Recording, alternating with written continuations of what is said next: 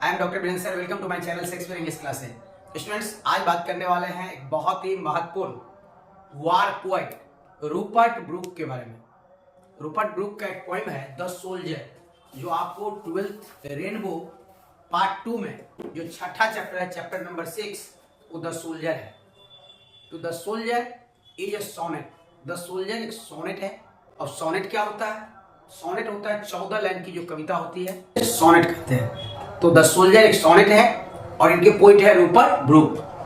तो चलिए अब कुछ बात कर देते हैं रूपर्ट ब्रूक के बारे में। Rupert Brooke was born in 1887। Rupert Brooke का जन्म 1887 ईस्वी में इंग्लैंड में हुआ था एंड डाइड इन 1915।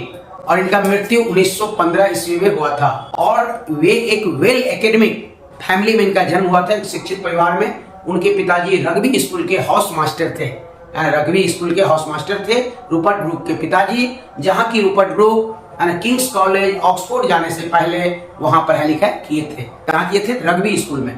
कहाँ जाने से पहले? Kings college Cambridge, Cambridge university के मैंने अंगीभूत एक कॉलेज है किंग्स कॉलेज, जहां वो पढ़ाई लिखाई किए थे। रूपर्ट ब्रूक एक बहुत ही फेमस वार पोएट थे। 5 वार सोनेट इनका है, जिसमें द सोल्जर बेस्ट सोनेट है ना। द सोल्जर जो है बेस्ट सोनेट है। सोल्जर जो एक सोनेट है, इसमें 14 लाइन्स है। तो रूपर्ट ब्रूक के बारे में W.B. इट्स बोले हैं। W.B. इट्स एक बहुत ही फेमस आयरिश पोएट थे। तो W.B. इट्स बोले हैं the handsomest young man in England, है ना। इंग्लैंड के सबसे सुंदर युवा कवि है रूपर्ट ब्रूक, है ना। रूपर्ट ब्रूक के बारे में W.B. इट्स बोले हैं। W.B. इट्स एक बहुत फेमस आयरिश पोएट थे, जो रविन्द्रनाथ टैगोर के बारे में बताए होंगे। गीतांजलि जो लिखे थे, गीतांजलि का प्रीफेस W.B. इट्स ही तैयार किए थे।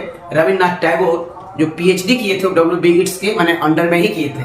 और गीतांजलि का प्रीफेस लिखे, गीतांजलि का अनुवाद किए, जिस वजह से रविन्द्रनाथ टैगोर को नोबेल प्राइज मिला था 1913 में गीतांजलि के लिए ही। And Rabindranath Tagore was only one of India was awarded Nobel prize for literature in 1913 for the Gitanjali. तो वो व्यक्ति थे W.B. इट्स, जो रविन्द्रनाथ टैगोर के गुरु थे, है ना, जो इनका प्रेज किए हैं W.B. इट्स का। और ये वार पोएट थे और ये फर्स्ट वर्ल्ड वार के टाइम में थे। वर्ल्ड वार फर्स्ट, जो कि वर्ल्ड वार फर्स्ट का टाइम पीरियड आप लोगों को पता होगा 1914, फ्रॉम 1914 टू 1918, 1914 से 1918 के बीच, है ना, वर्ल्ड वार फर्स्ट चला था, है ना। उसी वर्ल्ड वार फर्स्ट के दौरान ही, है ना, इनका मृत्यु हो गया, है ना। सेप्टिसिमिया, है ना, एक जा रहे थे गेलीपोली के युद्ध में, है ना, गेलीपोली के बैटल में वो जा रहे थे, है ना, जहाँ रक्त विषाक्तता की वजह से कोई, है ना, कीड़ा काट लेने की वजह से उनका रक्त विषाक्त हो गया, जिस वजह से, है ना, इनका डेथ 1915 ईस्वी में हो गया था। यानी रूपर्ट ब्रूक का बोर्ड पर लिखे हैं कुछ इंपोर्टेंट ऑब्जेक्टिव, है ना, जिसको एक्सप्लेन करते हैं। चलिए, the soldier has been written by Rupert Brooke. The soldier एक पोएम है जो रूपर्ट ब्रूक के द्वारा लिखा गया है। ये बहुत ही इंपोर्टेंट है।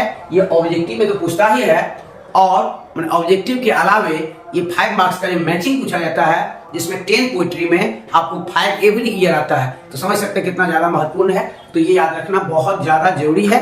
तो द सोल्जर इसके द्वारा लिखा गया रूपर्ट ब्रूक के द्वारा। 2009 ईस्वी से लेकर के अभी तक एवरी ईयर 5 मार्क्स का मैचिंग पोइट्री सेक्शन से पूछा गया है ना। इसीलिए टाइटल याद रखना बहुत ज्यादा जरूरी है। The soldier is a dot dot poem. The soldier कैसा पोएम है? वार पोएम, है ना। द सोल्जर नाम से सोल्जर का अर्थ ही सैनिक होता है। तो द सोल्जर कैसा पोएम है? वार पोएम। देखिए 2018 में पूछा गया, जब ऑब्जेक्टिव पैटर्न आया तो फर्स्ट ईयर में पूछा गया था।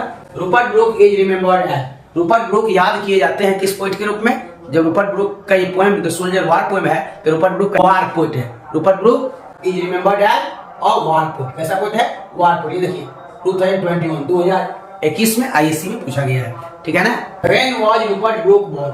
रूपर्ट ब्रूक का जन्म कब हुआ था? Rupert Brooke was born in 1887, 1887 में रूपर्ट ब्रूक का जन्म हुआ था। When did Rupert Brooke die? Rupert Brooke का मृत्यु कब हुआ था? 23 अप्रैल 1915, 23 अप्रैल 1915 ईस्वी को सेप्टिसिमिया कीड़ा काट लिया था, जिससे रक्त विषाक्त हो गया, जिस वजह से इनका डेथ 23 अप्रैल 1915 ईस्वी को हो गया था, वर्ल्ड वॉर फर्स्ट के दौरान, ठीक है, प्रथम विश्व युद्ध के दौरान। The poet expresses his indebtedness to, यानी कवि जो है व्यक्त करते हैं, अपने आप को ऋणी बताते हैं, यानी किसका ऋणी बताते हैं, किसका प्रेज किए हैं? तो ये रूपर्ट ब्रूक जो है ना, प्रशंसा किए हैं इंग्लैंड का, अपने आप को इंग्लैंड का ऋणी बताया है ना, खुद को इंग्लैंड का ऋणी बताया है, ठीक है ना। इंडेटेडनेस ऋणी कहाँ का? इंग्लैंड का। ये 2020 और 2022 2 बार ISC में पूछा गया है, ठीक है ना, 2020 and 22। Where was Rupert Brooke born? Rupert Brooke का जन्म कहाँ हुआ था? तो रूपर्ट ब्रूक का जन्म इंग्लैंड में हुआ था। प्रशंसा किसका किए थे, किस कंट्री का? जिस देश में रहेंगे, क्योंकि ये पेट्रियोटिक पोएम है ना। ये द सोल्जर पेट्रियोटिक पोएम है, देशभक्ति कविता है और ये देशभक्ति कवि है ना, देशभक्त है ना। अपने देश के बारे में पूरा प्रशंसा की है, प्रेज की है इंग्लैंड के बारे में रूपर्ट ब्रूक, ठीक है ना। The soldier in the poem, the soldier की माने इस पोएम में द सोल्जर जो पोएम है उस पोएम में द सोल्जर जो थे इंग्लिश सोल्जर माने इंग्लैंड के सोल्जर, माने इंग्लैंड के सैनिक थे। रूपर्ट ब्रूक इंग्लैंड की ओर से लड़ने गए थे। पूछा गया 2021 में आई यानी इंटरमीडिएट ऑफ आर्ट्स में। The soldier is, the soldier क्या है? तो द सोल्जर एक सोनेट है ना। सोनेट प्रश्न बनता है सोनेट क्या होता है? सोनेट 14 लाइन की जो कविता होती है उसे सोनेट कहा जाता है। Sonnet is a poem of dot dot lines है ना। एक सोनेट कितना लाइन का होता है? 14 लाइन। ये देखिए 2018 में इंटरमीडिएट ऑफ आर्ट्स में पूछा गया है। Who describe Rupert Brooke as the handsomest young man in England?